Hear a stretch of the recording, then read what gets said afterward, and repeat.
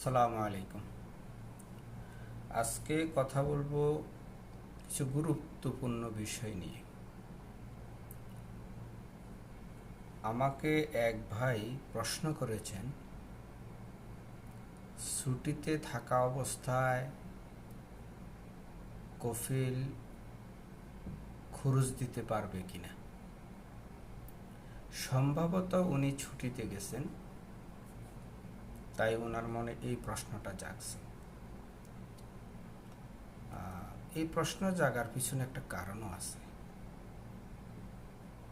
আসলে আমরা বাংলাদেশিদের মধ্যে কিছু কিছু লোক আছে, কেন যে মানুষকে হতাশার মধ্যে ফেলতে আনন্দ বোধ করি, বা একটু টেনশনে ফেলতে পারলে আনন্দ পাই। এই জিনিসটা ভাই করবেন না। আমরা যারা প্রবাসে থাকি তারা প্রত্যেকেই এমনি কিছুটা অসহায়ত্ব এবং টেনশনের মধ্যে থাকি। তার মধ্যে কেউ যদি কাউকে আরও বেশি হতাশার মধ্যে ফেলে দেন, তখন ওই লোকটার পরিস্থিতি কী হয়। এরপরে সে যদি আবার কর্মস্থল থেকে বাইরে থাকে, তাহলে তা আরও বেশি তার টেনশন হয়। কেন এই কথাগুলো বললাম, যে ভাই আমাকে ফোন করেছেন বা প্রশ্ন করেছেন, তিনি সম্ভবত ছুটিতে গেছেন। ওনার এই কোম্পানির বা শরিকার আরেক লোকে ওনাকে ফোন করে বলছেন ওনার মালিকে ওনাকে খরচ লাগাই দিয়েছেন। এখন আপনারাই বলুন, কি এক টেনশনের মধ্যে উনি আছেন। কারণ উনি তো আর সৌদি আরবে নেই, উনি আছেন সৌদি আরবের বাহিরে, দেশে ছুটিতে গেছেন। এখন এই কথাটা বলার পর ওনার অবস্থাটা কি হতে পারে। ইচ্ছা করলেই তো এটাকে পরীক্ষা নিরীক্ষার সময়ের ব্যাপার। আরও যদি একদম গ্রামের দিকে ওনার বাড়ি হয়, শহর থেকে দূরে হয়, তাহলে তো এই লোকটার পরিস্থিতি কত ভয়াবহ। দয়া করে কেউ কাউকে এরকম খারাপ ইনফরমেশান দেবেন না। যদি সত্য হয়ে থাকে তাহলেও বুঝিয়ে বলবেন বা বাস্তবতা ওনাকে তুলে ধরবেন। যাক, আমি যেটা বলতে চাইছিলাম, ছুটিতে থাকা অবস্থায় মালিক তাকে খরচ লাগাতে পারে কিনা।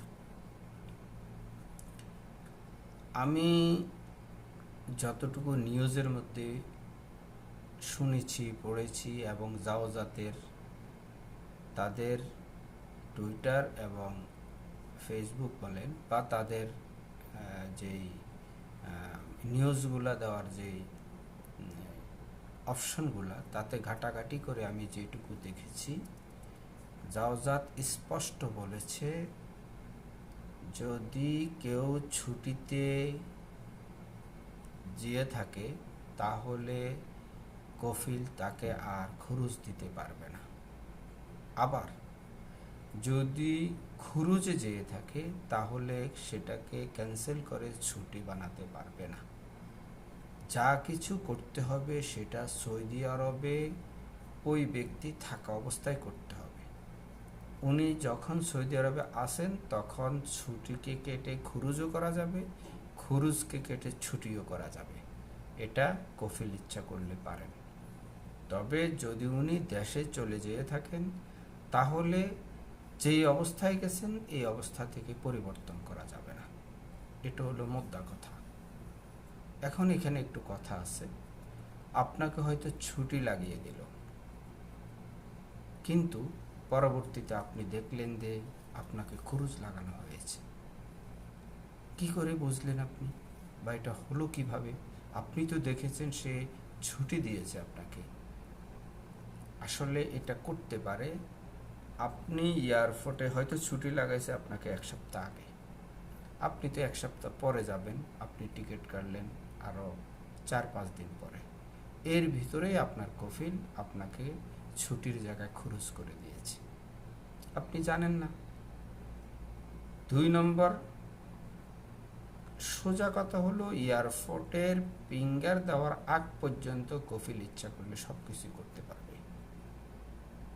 ফিঙ্গার হয়ে গেলে আর কিছু দরকার থাকবে না। বা আপনি দেশে বর্তমানে অবস্থান করতেছেন, এখান থেকে সে কিছুই করতে পারবে না।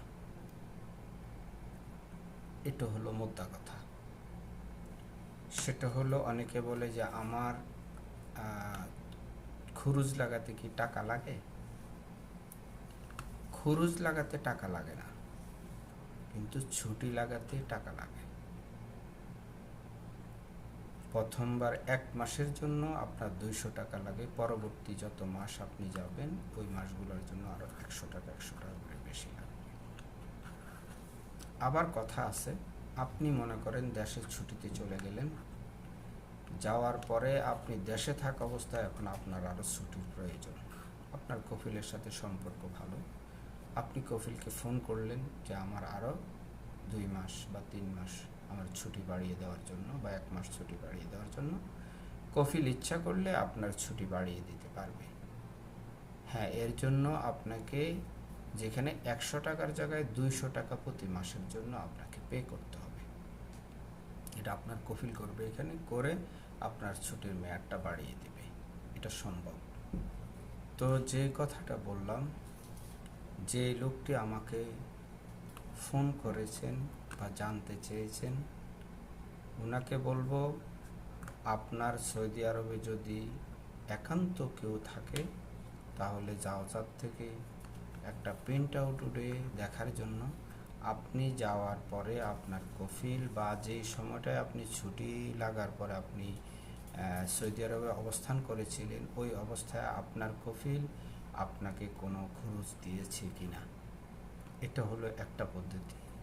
আর একটা হলো বাংলাদেশেও অনেক সময় এটা ইনফরমেশন বের করা যায়। আপনি ইয়েতে যেতে পারেন, এয়ারপোর্টে গেলেও পাবেন, অথবা অনলাইনের মাধ্যমেও আমার মনে হয় দেখতে পারবেন। তবে বিশেষ করে যদি সৌদি আরবে আপনার কেউ থাকে তাহলে উনি একটা প্রিন্ট আউট উঠে মক্তব থেকে বা কোনো অফিস থেকে প্রিন্ট আউট উঠে উনি এটা চেক করে দেখতে পারবেন। তবে আপনার কথা অনুযায়ী বোঝা যায় আপনি যেহেতু ছুটিতে গেছেন এবং ছুটিয়ে আপনাকে দেখানো হয়েছে, অতএব আপনার খরচের কথাটা সত্য নয়। এটা আপনাকে আপনার বন্ধুর মধ্যে যে আপনাকে বলেছে সে হয়তো আপনার সাথে রসিকতা করেছে, অথবা সে ভুল ইনফরমেশান দিছে। আপনি এটা নিয়ে হতাশ হওয়ার কিছু নেই, টেনশন করার কিছু নেই। আপনার ছুটি সমাপ্ত হয়ে গেলে আপনি সময় মতো এয়ারপোর্টে এসে আপনি আবার সৌদি আরব চলে আসুন, ইনশাল্লাহ আপনার চাকরির কোনো অসুবিধা হবে না। তো সবাই ভালো থাকবেন। পরবর্তী কোনো বিষয় নিয়ে আবার বিস্তারিত আলাপ হবে। আসসালামু